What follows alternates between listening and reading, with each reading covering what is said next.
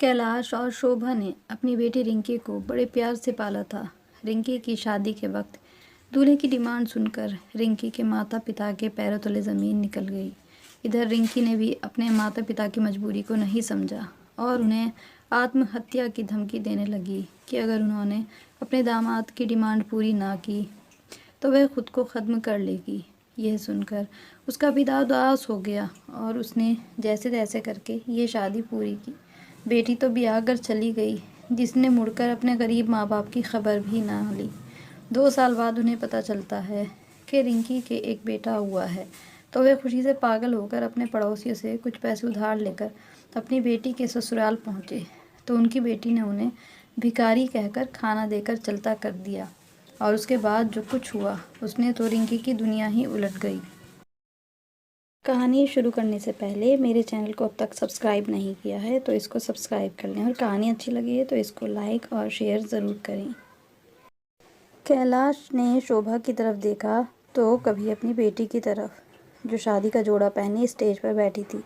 फिर लड़के वालों की बिगड़ी हुई सूरतें देखने लगा, जो कह रहे थे कि जब तक तुम लड़के को गाड़ी नहीं दोगे ये शादी नहीं होगी। हमारा बेटा अपने दोस्तों को क्या मुँह दिखाएगा कि ससुराल वालों ने एक गाड़ी तक नहीं दी। कैलाश बार बार लड़के वालों को अजीब नज़रों से देख रहा था, जो किसी का भी लिहाज नहीं कर रहे थे। कैलाश की आंखों से टप टप आंसू बहने लगे, जो पिछले कई महीनों से अपनी बेटी के दहेज के लिए हर चीज़ जमा कर रहा था। बेटी का रिश्ता अच्छे घर में तय हुआ था, इसीलिए लड़के वालों की डिमांड के मुताबिक हर चीज़ ब्रांडेड ली थी। लड़के की सास ने रिश्ता तय होते ही कह दिया था कि हमारे यहाँ ससुराल से लड़के के 21 जोड़े आते हैं। उसके बाद वह बोली कि आप ऐसा करें, हमें कैश दे दें, क्योंकि मेरा बेटा तो एक ही ब्रांड से अपने कपड़े ख़रीदता है, उसे दूसरी दुकानों के कपड़े पसंद नहीं आते। लड़की की माँ की बात सुनकर शोभा परेशान हो गई। बेशक रिंकी उनकी इकलौती बेटी थी, लेकिन वे लोग इतने भी अमीर नहीं थे कि पानी की तरह पैसा बहा सकते। इससे पहले कि रिंकी के साथ कुछ कहती, रिंकी फ़ौरन ही बोल पड़ी।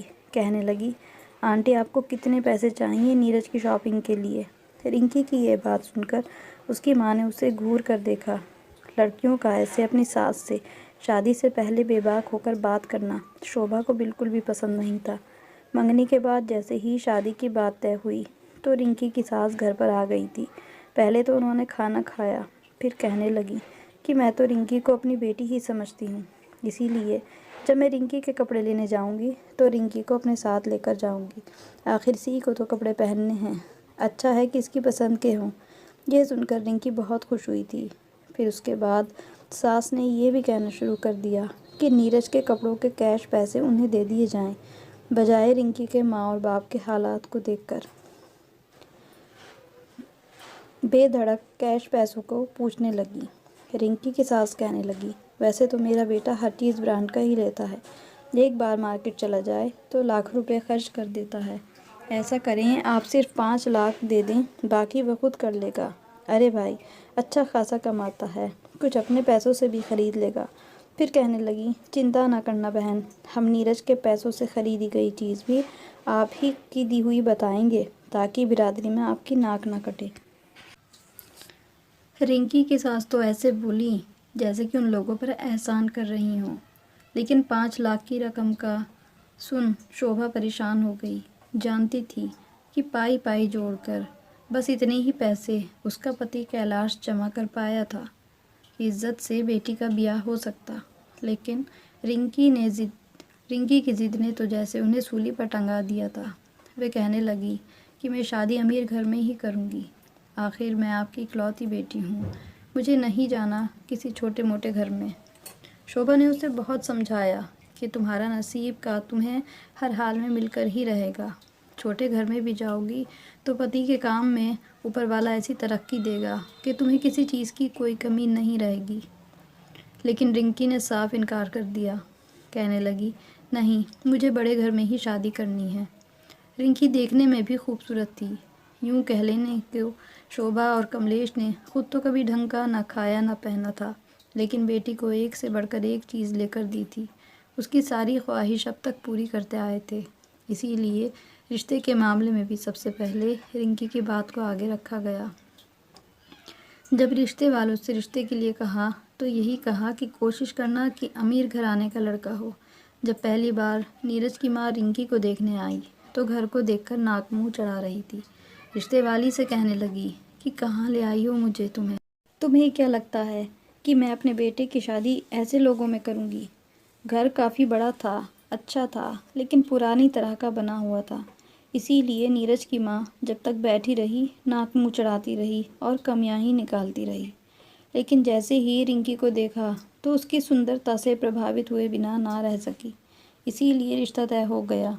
लेकिन जैसे ही रिश्ता तय हुआ तो नीरज की माँ की फरमाइशें बढ़ने लगी। कहने लगी, शीशम की लकड़ी का फर्नीचर ही हमारे घर में मौजूद है, इसीलिए कोशिश करें कि रिंकी को भी शीशम की लकड़ी का ही फर्नीचर दें।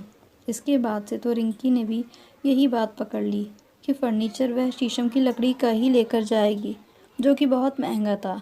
दहेज की हर चीज़ कैलाश ने एक से बढ़कर एक ली थी।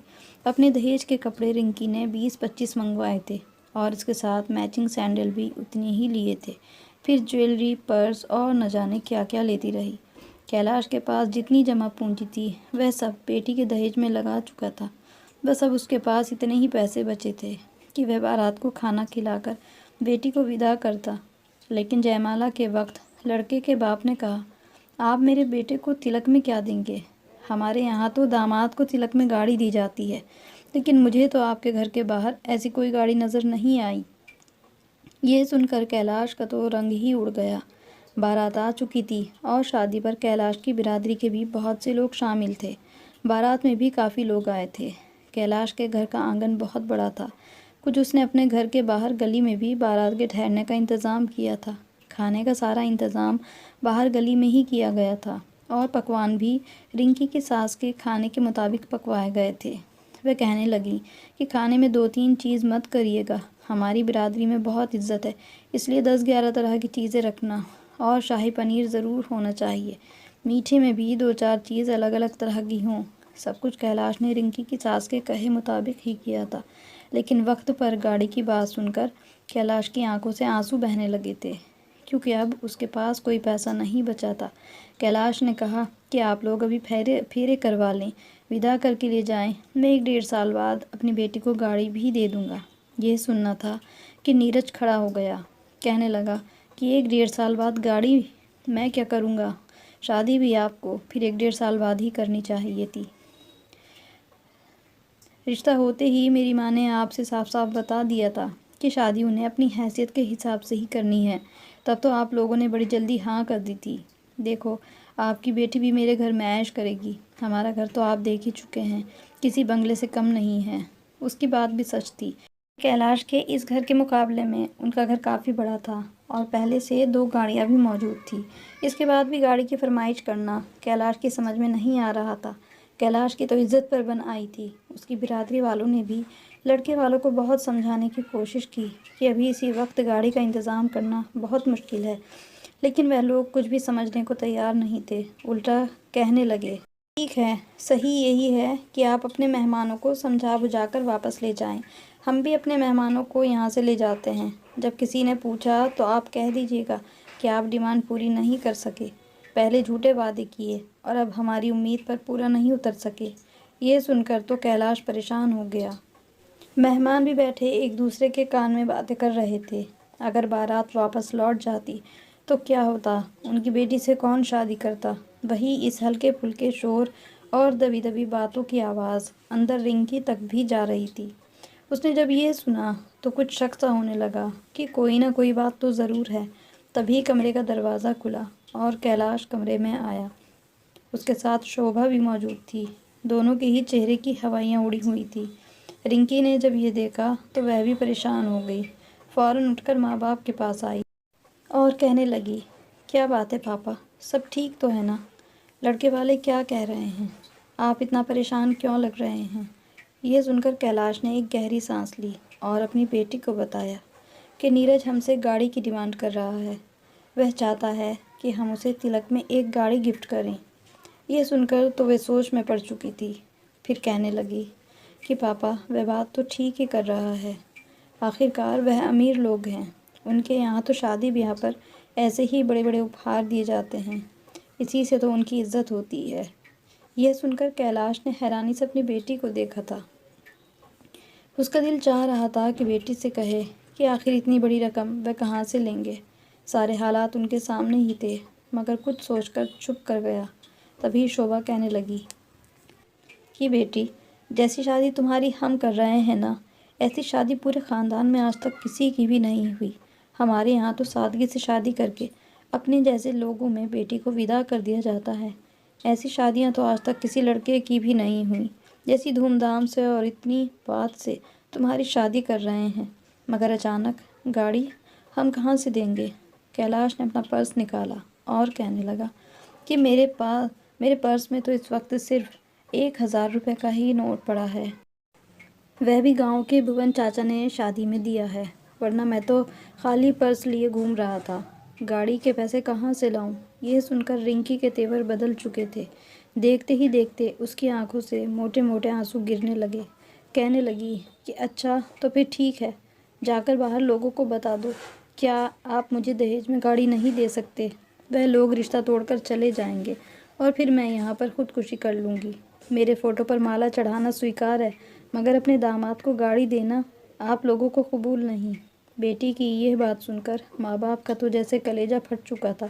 कैलाश ने फ़ौरन अपनी बेटी के होठों पर हाथ रख दिए। कहने लगा, ना बेटी, ये तू कैसी बातें कर रही है? मैं हर हाल में गाड़ी का इंतज़ाम करूँगा, बस तू चिंता न कर। मरे तेरे दुश्मन, मैं तो तुझे हमेशा खुश देखना चाहता हूँ। मैं हर हाल में गाड़ी का इंतज़ाम करूँगा, बस तू चिंता न कर। फिर वह कुछ सोचते हुए घर से बाहर निकल चुका था। कुछ ही देर बाद दुल्हन बनी रिंकी को लाकर बाहर स्टेज पर बिठा दिया गया। जी भी वहीं मौजूद थे। 1 घंटा हो चुका था, मगर कैलाश वापस नहीं आया। तभी गली में एक गाड़ी की आवाज़ आई। बाहर काले रंग की खूबसूरत गाड़ी खड़ी थी। इसी के साथ ही कैलाश घर में दाखिल हुआ। उसके चेहरे की रंगत बिल्कुल पीली पड़ी हुई थी। उसका शरीर कांप रहा था। एक नज़र उसने अपनी बेटी के चेहरे पर डाली तो एकदम ही आंखों में झिलमिलाते हुए आंसू गालों पर आ गए। वह आंसू छुपाता हुआ चाबी लाकर दामाद के हाथ पे रख चुका था कि ये तुम्हारी तिलक की गाड़ी है। यह देखकर तो सारे परिवार वाले गर्व कर उठे थे। कैलाश की खूब तारीफ करने लगे कि तुम वह पहले आप बाप हो जिसने अपनी बेटी को बढ़ चढ़कर दहेज दिया है, यहाँ तलक की तिलक में गाड़ी भी दी है। वहीं नीरज भी खुश था। इसके बाद ही जयमाला की रस्म को शुरू किया गया और यूँ नीरज के फेरे भी हो गए। सारे बाराती खाना खा रहे थे, मगर नीरज की माँ खाने में कमियां ही निकाली जा रही थी।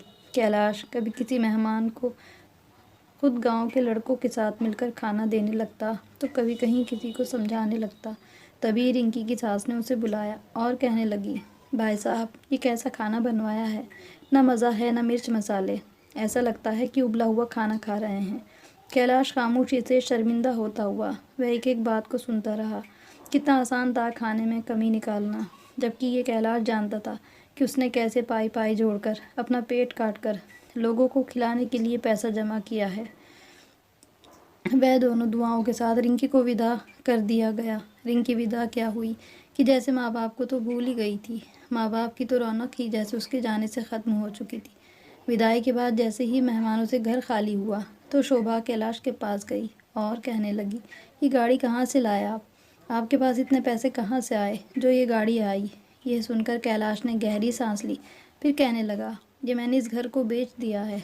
मैं ठाकुर साहब के पास गया था, मेरी मजबूरी थी, इसीलिए उन्होंने मुझे फ़ौरन इस घर के पैसे दे दिए और मैं वह गाड़ी लेकर आया। यह सुनकर तो शोभा सर पकड़कर बैठ चुकी थी। रोते हुए कहने लगी कि ये घर तो बिक चुका है, अब हम कहाँ रहेंगे।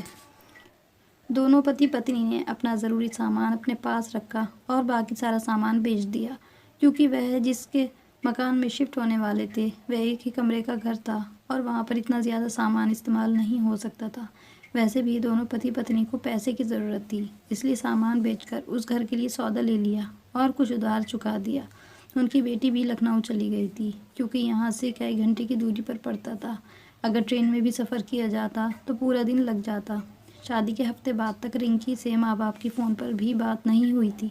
जब भी कैलाश बेटी को फ़ोन करता तो यही कहती कि अभी नीरज के साथ एक दावत पर जा रही है, बाद में आपको खुद कॉल करेगी। दोनों पति पत्नी सारी रात बैठे रहते कि कब बेटी वापस आएगी और कॉल करेगी, मगर रिंकी ने कोई कॉल नहीं की थी। अगली सुबह उठकर जब शोभा ने खुद रिंकी को कॉल की तो कितनी देर फ़ोन बजने के बाद में उसने फ़ोन उठाया था। फिर गुस्से से माँ से कहने लगी, क्यों बार बार कॉल करके तंग कर रही हो? मैं सो रही थी। आप लोग हो कि हर वक्त फ़ोन खड़खड़ाते रहते हो। कहा था कि मैं खुद कॉल करूँगी। ये कहकर उसने फ़ोन खटक से बंद कर दिया, जबकि शोभा तो मुंह खोले फ़ोन को देखती ही रह गई। उसकी आंखों में आंसू झिलमिला आए थे। उसने जब घड़ी पर वक्त देखा तो दिन के 12 बज रहे थे। कैलाश कहने लगा कि बड़े लोगों में ब्याही गई है। शहरी लोग ऐसे ही होते हैं, रात गए तक जागते हैं और सुबह लेट उनका नाश्ता होता है। हमारी बेटी भी वहाँ के माहौल में ढल गई है। तुम चिंता मत करो, बस उसके लिए दुआ करो कि वह जहाँ भी रहे खुश रहे। वह दिन और फिर उसके बाद यही कई महीने गुजर गए, मगर रिंकी ने ना तो माँ बाप को कॉल ही किया। कैलाश की सेहत दिन पे दिन ख़राब होती जा रही थी। अब वह पहले जैसी नहीं रही थी। ज़्यादा मेहनत की वजह से अब वह काफ़ी कमज़ोर होने लगा था, जबकि उधार वाले भी अक्सर उनका दरवाज़ा खटखटाते रहते थे। दोनों पति पत्नी बड़ी मुश्किल से गुजारा कर रहे थे। कितनी बार सोचा कि जाकर बेटी से मिलकर आएं। जब भी पैसे जोड़ना शुरू करते तो कोई ना कोई दोनों में से बीमार हो जाता और फिर वह पैसे उनकी बीमारी में लग जाया करते। वक्त रेत की तरह हाथों से फिसलता चला गया और 2 साल यूं ही बीत गए। अब तो उन्हें अपनी बेटी के चेहरे के नैन नक्श भी भूलने लगे थे। हर वक्त दोनों बेटी को याद करते। कई बार तो वह पुराने घर का चक्कर भी लगा आए थे। हफ्ते में 2-3 बार जाकर उन लोगों से भी पूछा करते थे कि कहीं मेरी बेटी यहाँ मुझसे मिलने तो नहीं आई थी, मगर वह हर बार ही इनकार कर देते। 2 साल बाद उनका कोई रिश्तेदार लखनऊ से आया तो कहने लगा कि रिंकी के यहाँ बेटे का जन्म हुआ है। वह लोग बड़े खुश हैं और कुछ दिनों बाद उसका मुंडन करने वाले हैं। यह सुनकर तो दोनों पति पत्नी की खुशी की कोई सीमा ही न रही। वह ऊपर वाले का धन्यवाद करते हुए अपनी बेटी और नवासे को लाखों दुआएं देने लगे। उनका बस नहीं चल रहा था कि अभी उठकर अपनी बेटी और नवासे के पास पहुंच जाते। कैलाश, बस अब मुझे बर्दाश्त नहीं। कहीं से भी पैसे लो और मुझे लखनऊ अपनी बेटी के पास लेकर जाओ। मैं अब और उसे देखे बगैर नहीं रह सकती। बस फिर क्या था, कैलाश ने अपने एक पड़ोसी से कुछ पैसे उधार लिए और लखनऊ के लिए रवाना हो गए। इतना लंबा सफ़र था, उन्हें भूख भी लग रही थी, पर पूरे रास्ते उन्होंने कुछ नहीं खाया। जो भी पैसे बचे उनसे अपनी बेटी के लिए फल और उसकी पसंदीदा मिठाई ली थी। जैसे ही बेटी का महलनुमा घर नज़र आया तो दोनों की खुशी से चेहरे चमकने लगे। कई लोग वहाँ से आ जा रहे थे। बड़ी बड़ी गाड़ियाँ घर के बाहर और घर के अंदर खड़ी थी। वह लोग काफ़ी अमीर थे। ऐसा लग रहा था जैसे यहाँ पर कोई बहुत बड़ी दावत का इंतज़ाम हो। आज उनके नवासे का मुंडन था। दोनों पति पत्नी जैसे ही खुशी से घर के अंदर जाने लगे तो चौकीदार ने उन्हें वहीं पर रोक दिया। कहने लगे, क्या आप लोग यहाँ घुसे चले आ रहे हैं? कोई लंगर खाना समझ रखा है? ये सुनकर कैलाश और शोभा बहुत शर्मिंदा हुए। कहने लगे कि ये कैसी बातें कर रहे हैं, हम रिंकी के माँ बाप हैं, नीरज दामाद है हमारा। यह सुनकर चौकीदार उन्हें सर से पैर तक घूरने लगा था और फिर हंसकर कहने लगा, मैं अभी मेम साहब से पूछ कर आता हूँ। दोनों को वहीं दरवाज़े पर खड़ा कर दिया। तभी जहाँ पर दावत का इंतज़ाम किया गया था वहाँ पर उनकी बेटी रिंकी नज़र आई, जो कि बड़ी खूबसूरत लग रही थी। सोने के गहनों से लदी हुई थी।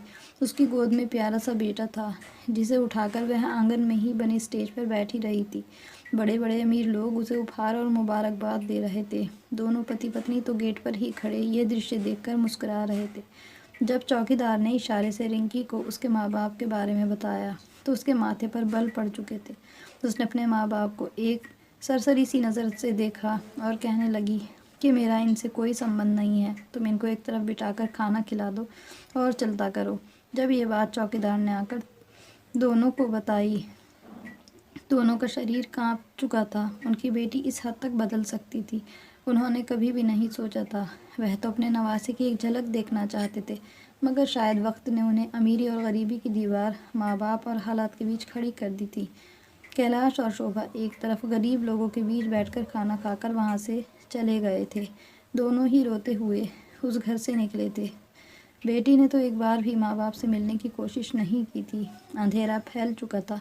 जब दोनों घर वापस लौटे तो उन्हें तो बस अपनी ज़िंदगी बेमकसद सी लग रही थी। कितनी देर बैठकर खूब रोते रहे, मगर शायद ये वक्त था, एक ना एक दिन तो इसको गुजर ही जाना था। दोनों पति पत्नी यूं ही मुश्किल काटते हुए अपनी ज़िंदगी गुजारने लगे। वहीं दूसरी तरफ रिंकी को ये ये राजपाट और ऐशो आराम रास आ चुका था। उसका तो गुजारा ही इन सब के बिना नहीं था, उनके बगैर नामुमकिन था। अगर कई बार उसकी सास उसे ताने भी देती या पति उसे जूता भी दिखाता कि वह गरीब घर से आई हुई लड़की है, तो उसे बिल्कुल बुरा नहीं लगता। उल्टा वह हर वक्त अपनी सास और पति के आगे पीछे घूमती रहती ताकि उनका दिल जीत सके। इसीलिए तो उसने उनके कहने पर अपने गरीब माँ बाप से रिश्ता भी ख़त्म कर दिया था। जैसे जैसे रिंकी का बेटा अंश बड़ा होना शुरू हुआ, सास और नीरज ने उसे अपनी तरफ कर लिया। वह उसे शुरू से ही समझाने लगे कि उसकी माँ तो गरीब घर से आई हुई है, उसकी माँ तो बहुत गरीब थी, ये धन दौलत तो उसके बाप की दी हुई है। अक्सर वह अपनी माँ के साथ अपनी दादी और बाप का बर्ताव बहुत बुरा देखता। वह बात बात पर उसे ताने दिया करते, मगर रिंकी तो ढीठ बनकर जैसे खुद को कमतर समझती हुई इस ऐश भरी जिंदगी के लालच में सब सहती रहती थी।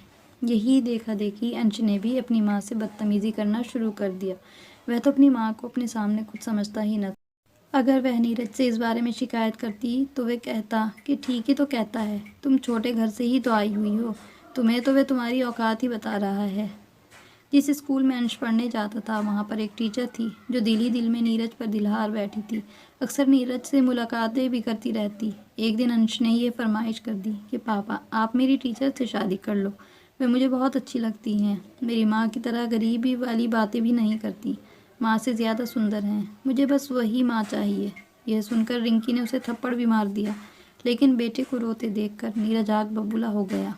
धक्के मारकर उसे घर से निकाल दिया और कहने लगा कि मैं आज तक अपने बेटे की एक भी इच्छा को रद्द नहीं किया, इसे भी नहीं करूँगा। वैसे भी अब तुम मुझे दे ही क्या सकती हो, क्योंकि अंश के जन्म के दौरान कुछ प्रॉब्लम्स की वजह से वह दोबारा उसने धक्के मारकर रिंकी को घर से निकाल दिया और कहा कि बहुत जल्द तलाक के कागजात तुम तक पहुंच जाएंगे। रोती बिलखती हालत में वह अपने मायके पहुंची थी। उसे अपनी गलतियों का एहसास था। जैसे ही दरवाज़ा खुला तो सामने उसके माँ बाप की जगह कोई और लोग थे। कहने लगे कि वह तो कई सालों से रोज़ तुम्हारा पता पूछने आते थे, ना ही तो उनसे मिलने आई, मगर अब 4-5 साल होने वाले हैं दोबारा वे यहाँ नहीं आए। ये घर उन्होंने उसे किराए के घर का पता बताया जहाँ पर वह दोनों पति पत्नी रह रहे थे। रिंकी भागती हुई उस घर की तरफ आई, मगर वहाँ रहने वाले किराएदारों ने उसे बताया कि उसके माँ बाप तो कई साल पहले ही हार्ट अटैक से मर चुके हैं। यह सुनकर तो रिंकी वहीं बेहोश होकर गिर चुकी थी। होश आया तो कभी सिर्फ सिर पीटती, कभी बाल नोचती। ये क्या हो चुका था उसके साथ? सब कुछ उससे छिन चुका था। ना पति, ना बेटा, ना घर, ना ही माँ बाप, कुछ भी तो नहीं रहा था उसके पास। दौलत के नशे में वे इस कदर अंधी हो गई थी कि आज सब कुछ गंवा चुकी थी। मजबूरन रोती धोती वापस नीरज के घर गई। उससे विनतियाँ की। कहने लगा कि मैं तुम्हें पत्नी के दर्जे पर तो नहीं रख सकता, हाँ मगर नौकरानी बनाकर ज़रूर इस घर में रख सकता हूँ। वह तो अपना सर छुपाने के लिए नौकरानी बनने को भी तैयार हो चुकी थी। तो ये बहुत बड़ा सबक ज़िंदगी ने रिंकी को सिखाया था। जैसा उसने अपने माँ बाप का दिल दुखाया था, वैसा ही ज़िंदगी ने उसे बदले में दिया था। तो दोस्तों, ये कहानी ज़्यादा से ज़्यादा शेयर करें। कहानी कैसी लगी कमेंट बॉक्स में बताइएगा ज़रूर, और मेरे चैनल को सब्सक्राइब करना बिल्कुल भी ना भूलें। Thanks for watching.